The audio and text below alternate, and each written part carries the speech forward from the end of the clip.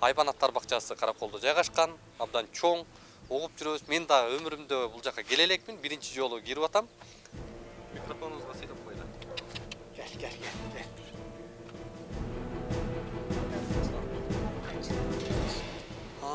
Бул өңү башкача экен, э?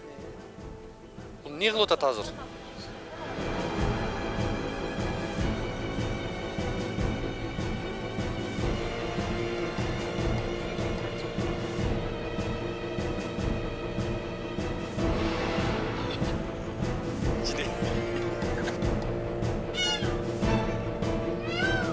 Бул данектерин жейби?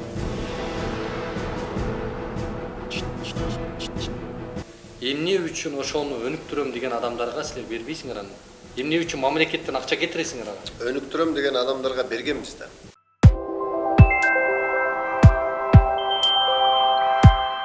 Москвадагы мекендештерге жарыя. Алыстагы боордоштор. Сиздер үчүн Ваш стоматолог клиникасында сонун мүмкүнчүлүк түзүлгөн. Дареги Лухмановская метросу, Светоозерская көчөсү 32. Медициналык борбордо стоматологияда бардык кызматтар көрсөтүлөт. Терапия, гинекология, урология бөлүмдөрү, анализ тапшыруу, УЗИ. Саат 9-дан 21:00-гө чейин жума бою дем алышсыз кызмат көрсөтөт. Ваш стоматолог заманбап жабдууларды орнотуп, тажрыйбалуу такшалган дарыгерлерди гана ишке алган. Улукбектин катталуучуларына атайын акция жана арзандатуулар каралган. Клиниканын стоматологиясында 20% акция. Рентген жана консультация акысыз. Ишемби күнү УЗИ акысыз. Ал эми жекшемби күнү терапевттин кабыл алуулары акысыз. Ваш стоматолог сиздин ден соолугуңуздун сакчылыгында.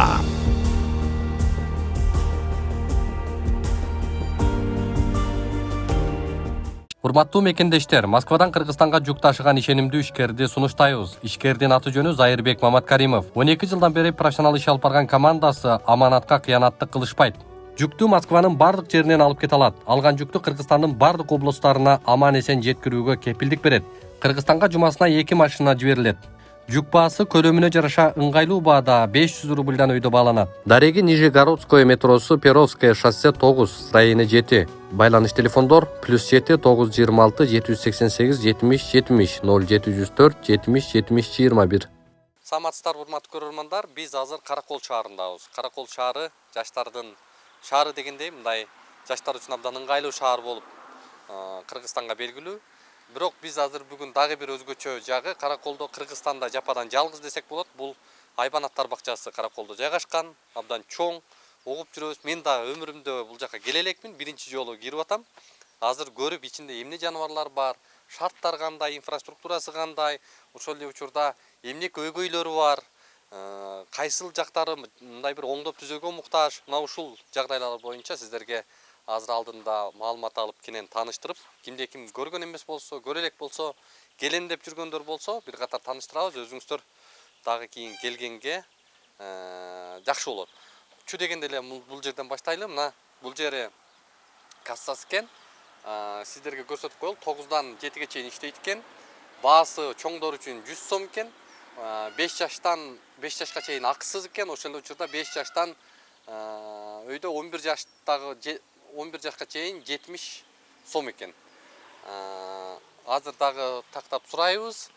Бул жака болсо, урматтуу көрүүчүлөр, балдарды кароосуз калтырбагыла жана клеткалардын жанына жалгыз калтырбагыла. Калтырганга эмне дейт, могу жерде тыюу салынат, бирок өчүп калыптыр.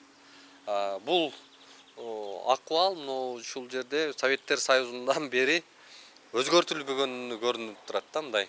Илгерки Советтер Союзундагы тунукелерге жазылган тактайча экен. Эми жүрүңүздөр, кандай экенин ичинен көрөлү, таанышалы, администраторлору, жетекчилиги бизге айтып берет анда. Кеттик. Саламатсызбы эже? Мен силерди сразу тааныдым. Бүгүн такси менен келатсам айтып атпайт дегем. Медучилищачы. Улукбек келиптир дейт. Эчтек айтпагыла деп студенттерге көчө собрание кылыптыр да. Эчтек унчукпагыла депчи. Атым Улукбек, сиздики эже? Меники Айнагүл. Сиз буякта жетекчиби кандай? Администратор. Фамилияңыз кандай? Сабатаева. Айнагүл эже, анда бир экскурсия кылбайлы, атай келдик мындай. Мен эми экскурсия кылам, менин директорум бар да. Директоруңуз какта? Ал Бишкекте. Ошол жактан Анда сиз директор экенсиз анда. Ооба. Азыр бүт билесиз да сиз. Мен анча-мынчасын көп биле албайм. ошо көрөрмандарга, кыргызстандыктарга мындай реклама кылып кетели. Караколдо Кыргызстан боюнча жалгыз, жападан жалгыз бир зоопарк бар. Башкача бир мындай Кыргызстанда жападан жалгыз Караколдо гана ушул зоопарк болуп атса, анан мындай босогодон киргенде эле инфраструктурасы анча өнүкпөй, жакшы каралбай Союз атканы убагында көрүнүп калган көрдүңбү? Мына караңыз, Союз тротуарларда, убагы. Ушуга биз мисалы үчүн биз өзүбүздү бул арендада жерчи. Азыр мына так суроо берип алайын, сөзүңүздү кечиресиз. Бул кимдин карамагында? Бул деген частный, общественный фонду деп коет. А Мен сага эметкенди аябай сүйүнүп атам, укпекет аябай эми интернеттенчи. Сеникин көп көрөм да аябайчы. рахмат эже. А бул жеке менчик турбайбы? Жеке менчик. Анан ушу биз арендага алганбыз жердичи. Директор илгери алганда, анан ошо бойдон биз азыр средствобуз могу кирип чыккан эл менен эле жаныбарларды кармап турабыз. Анан өзүңөр көрдүңөр, могулар Союз убагындагыларда баары тең. Анан ушуну жазай албай, аябай кыйналып жатабыз азыркы маалдачы. Анан буюрса ошо президентке кат жазсак, катыбыз жетпей атып, жетип эми быйыл жетип буюрса болот деп атат да, уже жардам уктук да, жакшы эле. Анан мына өзүңөр көрүп чыккыла, көңүл бурулат. Бул төө куштар экен? Бул төө куштар. Аттары эмне булардын? Булардын аттары жок, жаңы келген булар оркок. Канча жашта булар эже?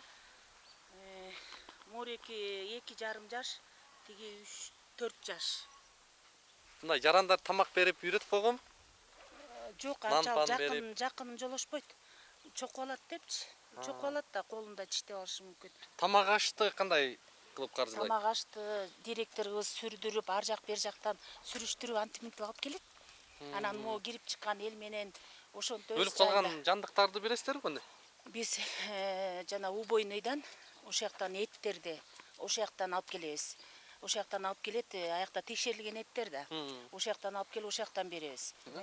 Булар жооруларбы? Булар жоорулар. Буларга этти кантип камсыздайсыздар? Жаман көп жейт болуш керек булар, Көп эле жейт, жакшы эле жейт этти, эми жаны жапайы да булар эмне кылса дагычы. А бул жакта эмне бар? Ат, жылкылар экен, Мына бул жерде өтүп кеттик, бу жакта чочкалар болчу, жапайы. Кабан деп коет да. Ичине кирип алган го ар жака.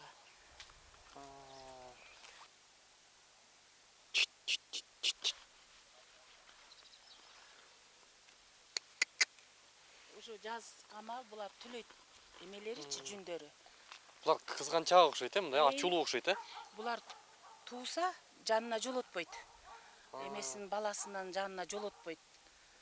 Өзүлөрү багат, өзүлөрү эметет, өзүлөрү киргизип, чыгарып, өзүлөрү карап турат экен. Эмнени, чөп? Чөп, жем. Бул жака киргизбей туулганда ошол жака туат турбайбы? Ооба, туйт, ошол жака киргизип коебуз. Өзүнчө бөлүнгөн ичинде. Жинекей ачууланып атат бири-бирине. А бизди тааныбайт да, силердичи мени тааныйт. Азыр балдар келсе чуркап келет. Силерди дагы көп эметпей атпайбы, чоочун депчи. Анан кээ бир элдер бул жерден жана эме беришет, нан берет, нанга не положено, нан соленый да. Бирденке жана тоголок бирдемке беришет, алмаса алма, ага да булар какап калышы мүмкүн, ыргытыпчы ушундай. Эми мореки валерлерди буюрса оңдоттурсак, муну ушундай эле коюп коюп эле тышынан жазайбыз дейт, баарын теңчи. Бүт баарын реконструкциялайбыз дешти.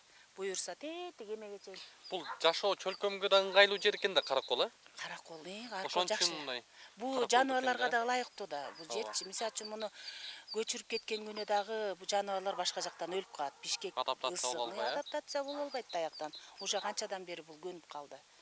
Биздики тетиги жайлоого чейин бар, көргөз десең аяка чейин көргөзүп келейин. Жайлоосу эмне? Жайлоодо окобуз. Кичине ооруп калып укол алганда биз ошол жака кое беребиз да жаныбарларды ичине. Бассын депчи. Булар баягы ача туяктуулар басып туруш керек да, баспаса таманын майы басып кетет дейт. Анан мындай ооруп сунуп калат да. Анан бияка кое беребиз, булар басып анан ирденгенден кийин анан кайра келип кошобуз. Ошол анан бир фирмада жардам берип, момундай коюп берди бизге, детская площадка деп коюп берген, мындай болбойт экен биякачы. Талкалап салышат экен мына. Былтыр эле коюлган, быйыл вообще тамтыгы чыгып калды. Алло. Ассаламу алейкум. Кандайсыз байке? Жакшысыздарбы? Ооба. Атым Улукбек байке. Аралап жүрөбүз. Ассаламу алейкум. Кандай жакшысыздарбы? Рахмат байке. Хорошо. Сиздерге зияратка келдик. Давай анда. Разы болсын. Ай, муну таанысыңбы? Ооба, тааныйбыз да. Ошо мен көрүп алып аябай сүйүндүм. Жок, көрүп алып эле о. Эй, жаман айтасың, жаман. Жок, Улукбек жаман айтасың, жакшы айтасыңбы? Бирок мнение биздики сен тараптаа да. Ушундай мен жакшы сүйүндүм да. Жаман деп деле жазып бербей коюп. Жүрөмү жайлообуз калып бир мындайынан көрүп ал. Алыспы ал жака? Жок, бул жерден эле көрөсүң да. Булар келсе, буларды жакшы көрөт, тамак берет депчи. Чужой элдерди көп жолотпойт. Сиз тамак бересизби байке буларга? Ооба, тамак берет. Ой, Акжолтой. Ой, Акжолтой берибек тур. Акжолтой. Акжолтой. Акжолтой бери келчи бери. Бери келчи Акжолтой. Кандай эменен айтып бересиз? Не айтып бересиз бул боюнча? Боюнча Канча жашта? бул 4 жаш. Бул 4 жаш. Сынап кой. Эркелет. 4 жаш. Арстан. Жашы ушул да. Биздин эрке айым. Эркебиз биздин. Ушул. Биздин 4 жашта каяктан келген биринчи? Бул эми кичинекей кезинде келген, анан калганын. Дагы эки арыстан келди да сиздерге дагы, Мен жана. алды ошо лечениеде амбулаторный. Дагы бир Чогуу кошуп койсо болобу болбой буга? Болбойт, азыр дагы кичинекей мында ал өлгөнү ал вообще невозможно аны көтөргөнгө дагы. Бир аз чоңойгондон кийин кошулсуздарбы? кошсо Жок, болот. анда чоңойтуш Ургачысы керек. болсо. Ал 2-3 жашта, Ооба. 5-6 жаштык экен. А ургачы бир Айлык. эркек, бир ургачы таштады. 6 айлык. 6 айлыкпы? 5-6 айлык. 6 ай эле да. Ал кичинекей да. Буларга деген алар чоңоюп Кудай буйрса жанагы Минтип сылап койсо жакшы көрөт алып аябай. келгенден кийин гана. Мына Улукбек минтип койчу. Жакшы көрөт. Акыры чебердеңиз. Жакшы көрөт. Муну билет да. Аты Акжолтой экен бул арыстан. Акжолтой. Сүйлөп койбойсуңбу Акжолтой? Мына микрофон. Микрофонуңузга сүйлөп кой да. Gel. Балдардын жыт билип калды да жытын дейчи. Эмеден жаныбарлар дүйнөсүнөн эле көргөн жандыкты жанынан көрүш сонун экен.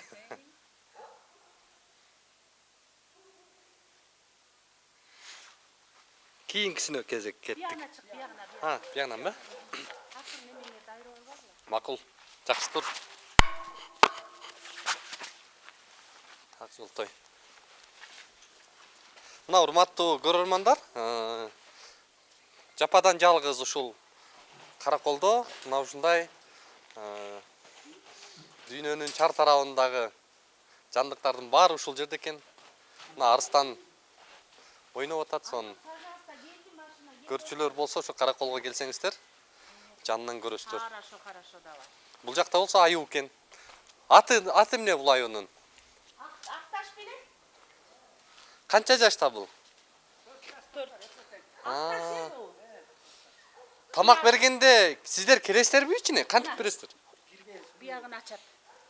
Açıp durup. Кол салыш мүмкүнбү? Ооба. Болсот да аябай. Бияк эмесине киргизебиз.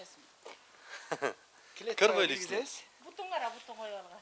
Анан клеткага таштап беребиз да ичине. Көрсө болобу? Бияка киргенге. Бияка киргенге Бул агесин. Не кылат? Кайерден мисалы? Жумалапса, монтуп жумалай берет. Жине келипчи. Колун салып етти. Турмагына эле илинип калса апасын айтайын. Булар күчтүү да, күчтүү жандыктар. Бизде Кыргызстанда. Алло. Бул каяктан келген? Бул Кыргызстандык эле. Күтүп турсун ажеде, бошоп айтам, киргизбей. Кыргыз аюулары экен, а? Кудай буйрса, орус аюусу келет. Жакында Кудай. Киргизбей, вообще киргизбей.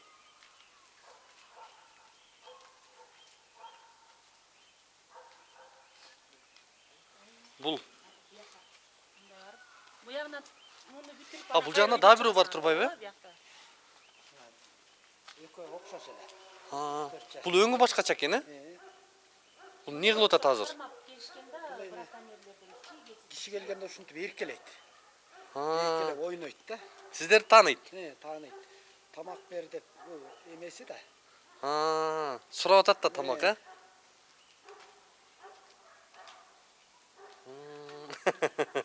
Ойноп аткан караңыз. Ойнойт. түшөбүзбү же Сонун мындай экен. кылабызбы Айдар? Кайсы жандыктар бар дагы? Мындай эле түшүп кетпейбиз. Мында Бул жак журанда эмне? дикобраздар бар. А биякта да жок, биякта да канча бүтүн алып. Симба. Симба деген арстаныбыз бар. Жокко бул эч нерсе азыр, э? Бияка Кудай буйрса келет. Бир жумада келет. Ооруп калып кеткен Бишкектин. Бул вообще чоң турбайбы? Симба бул 9 жашпы? Кандай айырмасы бар бунун беркинен? Бул эми кандай айырмасы бар? Бул деле ошондой эле арыстан. Көсөлөбү ичине? 9 жаш. Муга кирбей. Жанынан көсөлөбү? Киргенге болот, бирок бери туруш керек да, бул да агрессивный. Жаш өткөн сайын Нетип калат. кыялы өзгөрө баштайт экен да. Булардын бе? Айдар сен мындай кайта эметерчи? Мен азыр барып келе коеюн. Чакырып.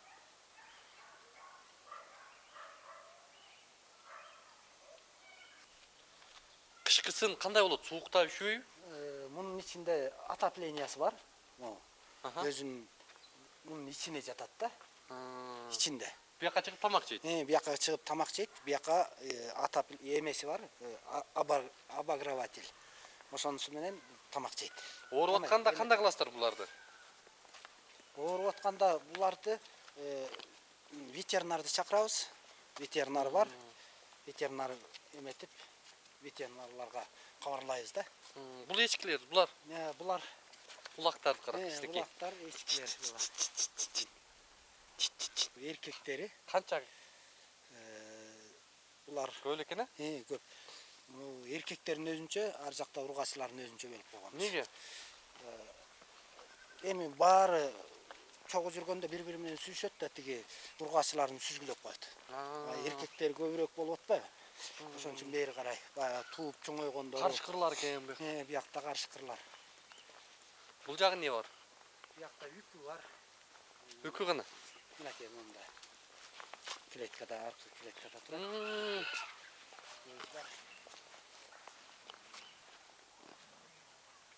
Не үрүп атат? Ит бүттетиги.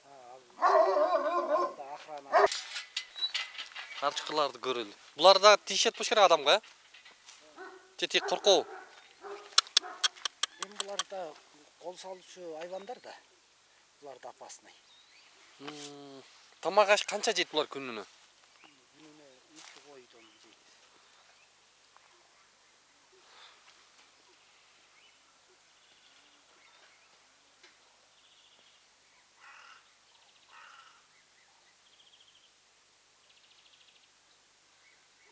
Булар чуркап туруш керек экен да ушундай, э? Өздөрү бири-бири менен талашып эттеме кылбайбы? Булар эми көнүп Көнүп калышкан да бири-биринечи. Бири-бирине көнүп Мисалы үчүн калышкан. бир азыр 3-4 бир стая, бир эркек эле башкарат муну. Мисалы үчүн бир ургачы тууса, экөө тууса бирөөнү жоготот, бирөөнү тиги домигине киргизип, стая жана бажак кайтарып турат. Кол салбаш үчүн. Кол салбаш үчүн жөө балдарынан. Булар азыр түлөп баштаган учур экен, э? Азыр уже туюр малда ушундай да кошулуп эметкенден ушинтет. Мына ушундай келип туруп анан кол салат да. Делет анан кол салат. Анан шак баса калат.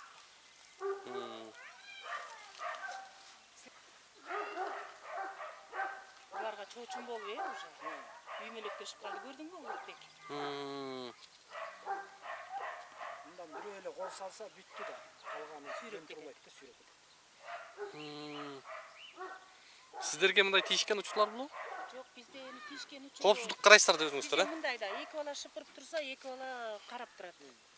Кайтармай да. Ичине киргендечи, эки бала мындай күрөк-сүрөктөрдүн баарын алып алып, эки-үчөө минтип турат, бир экөө шыпырат. Тазалагандабы, э? Тазалаганда. Жапайы да жаныбар болсун. Эркекке окшойт могу, э?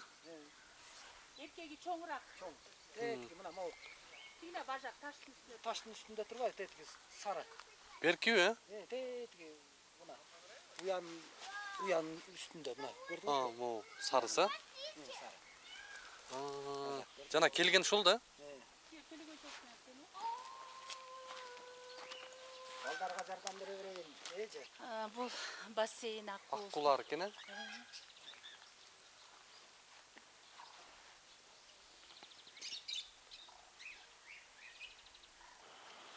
Эми экөө ошо экөө келет. Мунун бир девочка, бир мальчикчы.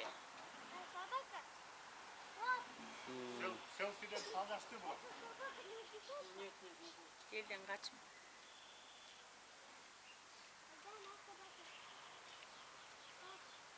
Ачкыч дарбазаңкы сенде, Бакыт. Азыр алып келет.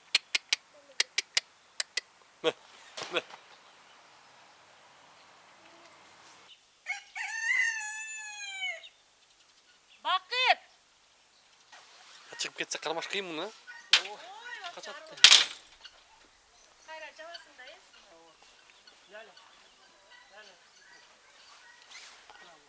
Silip koyçu Lala. Aa. Cini. Tişört mü? Al, cini gele turba ya. Tişteyim. Çapkılayt da.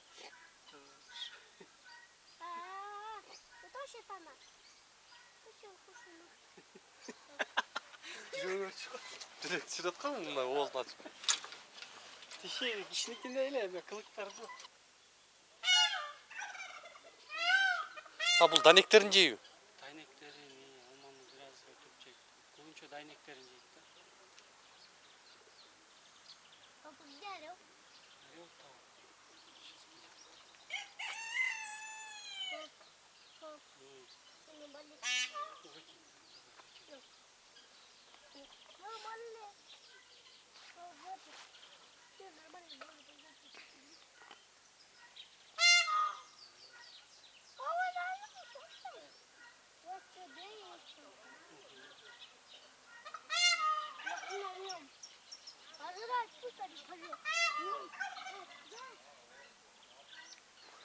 Mına bir qatar көрүп чыктык, ичинде кандай жандыктар бар, эмнелер бар. Анан келсе, могу жерди карасаңыздар, мына кашанын ичинен кирбегилер деп жазып коюптур, көрүнбөйт. Мондай Советтер Союзунан калган бойдон мындай бир жазуулар да өчүп кеткен да. Анан мунуларды караңыздар, мисалы. Бул эми инфраструктура, бул Каракол шаары Кыргызстанда жападан жалгыз.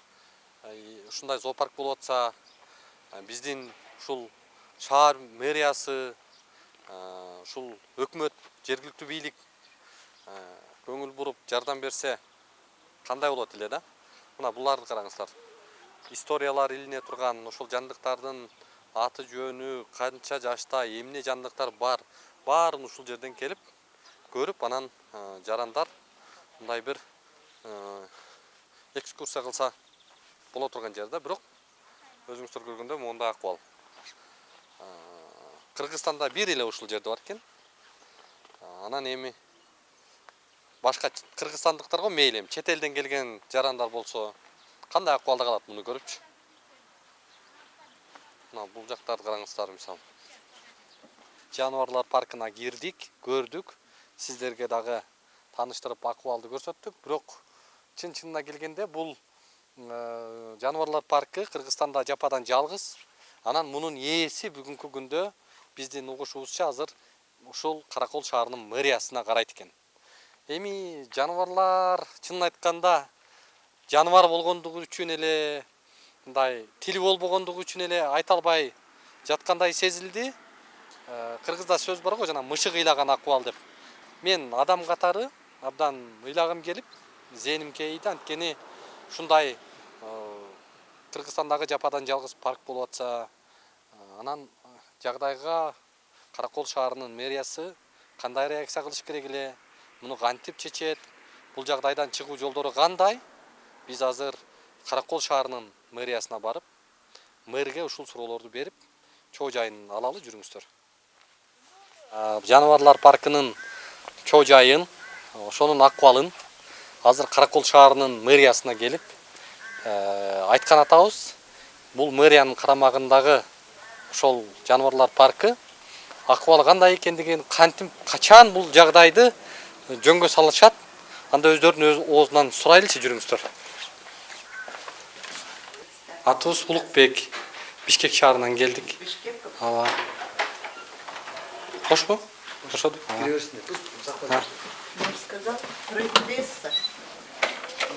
Салам алейкум. Келдик. кичкене аттыр көлүк элин баары коркутуп койду. Жок, коркпойлу. Ден соолугуңуз жакшыбы? Жакшы. Сиз мэр турбайсызбы, Буюрса. Жакшы. Кыргызстанда жападан жалгыз жаныбарлар паркы сиздерде экен. Ал боюнча маалыматыңыз барбы? Бар. Ошол жаныбарлар паркынын ээси ким?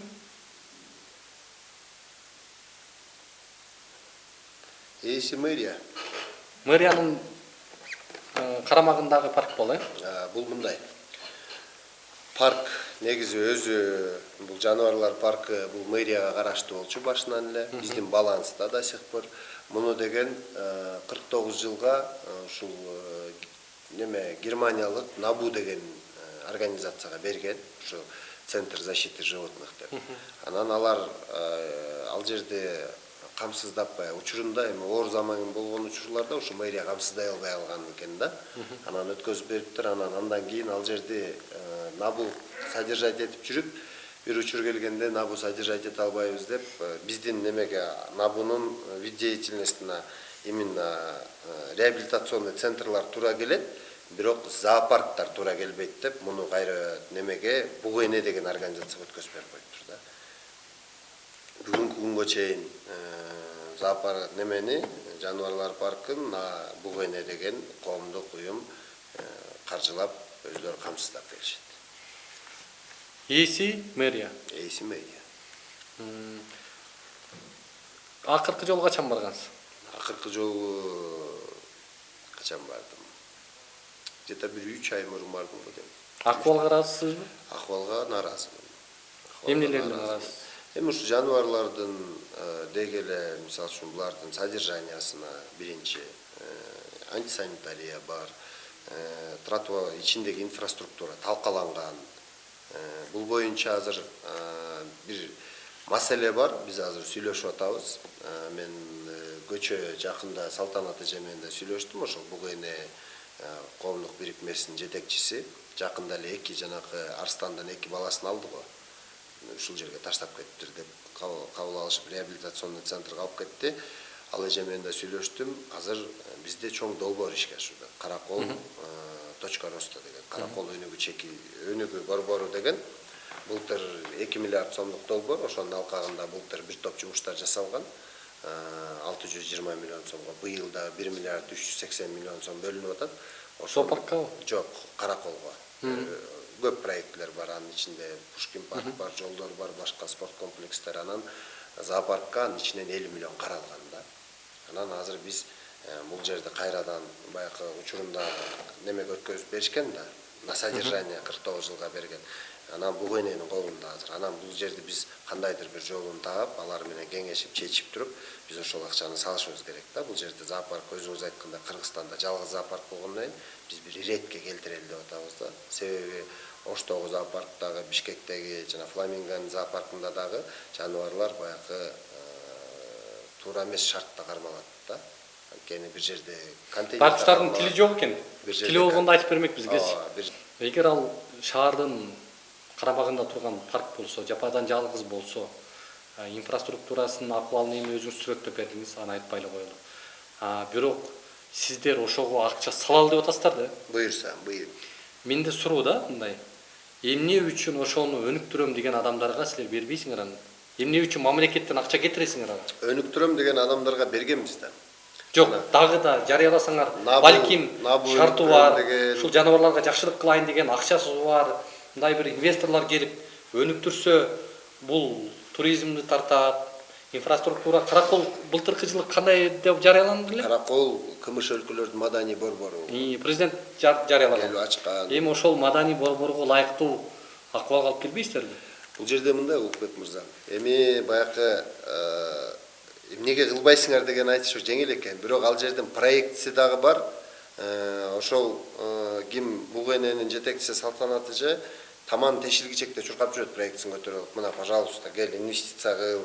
Бүт международный организацияларга да, местный инвесторлорго да, башка жерге да инвестировать этем деген адам жок болуп атат. Киши табылбай аткан. Киши табылбай атат. Инвестировать этем деген адам болсо эми алар деле каршы эмес. Инвестировать эткенге биз да каршы эмеспиз.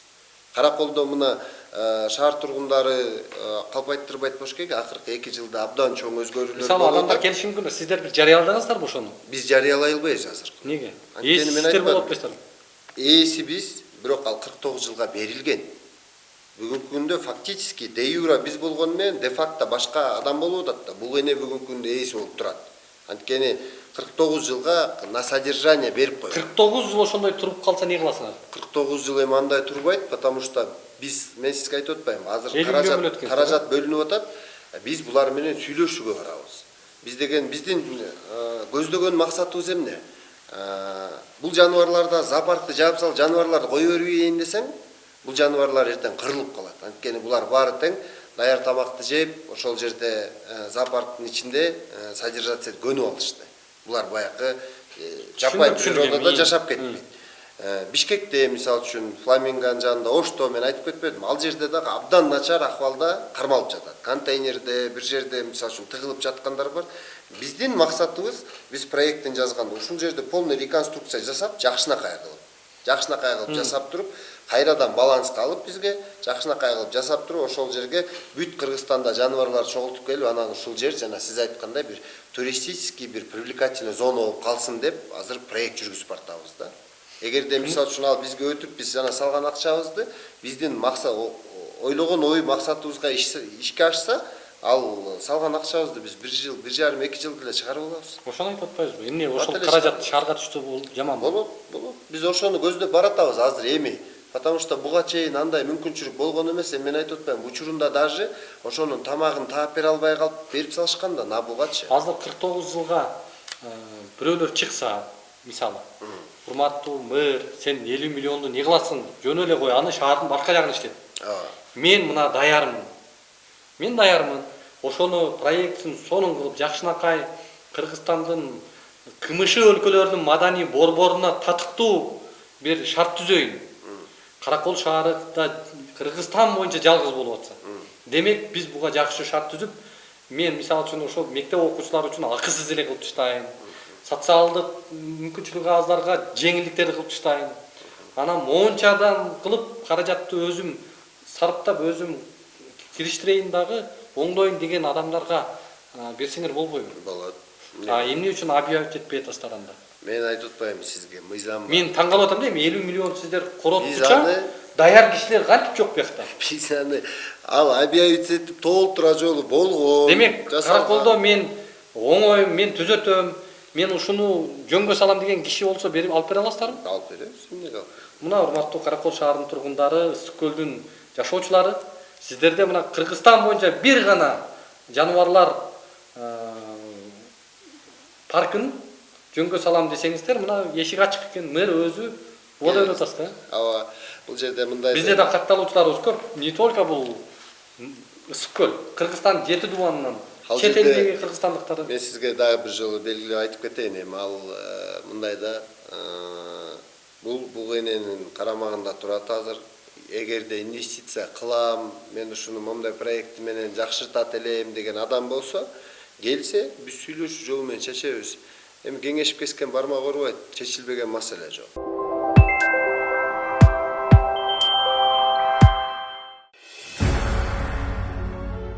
Урматтуу мекендешим, өз үйүң, өлөң төшөгүң демекчи, бул заманда жеке турак жайлуу болууга эмне жетсин? Бул муктаждык боюнча ойлонуп жүргөн болсоңуз, биз сизге жакшы тандоо сунуштайбыз. Азыр мен турган жер Ылдыйкы Жалкычы районундагы Үмүт строй компаниясы куруп жаткан Мурас көп кабаттуу объектиси. Эмне себептен Үмүт строй компаниясын сиздерге сунуштап жатам? Бул биринчи кезекте документациясындагы тактык жана тазалыгында. Келечекте үйүңүздүн документине байланыштуу эч кандай кыйынчылыкка дуушар болбойсуз. Бул критерий учурдун эң негизги көңүл бурчу маселеси болушу шарт. Экинчи жагдай, курулуп жаткан үйдүн сапаттуулугунда Үмүт строй курулуш компаниясы сейсмологиялык коопсуздукка жана курулуш норма эрежелерин толук сактоого кепилдик берет. Аталган турак жай 10 кабаттуу комфорт класстагы Ылдыйкы Жалкычы районундагы Курчатова 23 дарегинде жайгашкан. Ошондой эле бала бакча, мектеп, жогорку окуу жайлары, поликлиника жана ири соода борборлору кадам сайын кезигет. Эң башкысы, узак мөөнөткө 33 айга бөлүп төлөө мүмкүнчүлүгүнө ээ болосуз. Мурас көп кабаттуу объектисин 2025 жылдын 2 кварталында өз ээлерине тапшырууну пландашууда. Толук маалымат алуу үчүн дарегибиз Жаманбаева 36/1 Байланыш телефондор 0501 44 22 22 0221 44 22 22. Баса, бул курулуп жаткан көп кабаттуу үйдүн курулуш норма эрежелерин сактап куруусуна биз өз көзөмөлүбүздү жүргүзүп турабыз. Андыктан кабатырланууга негиз жок.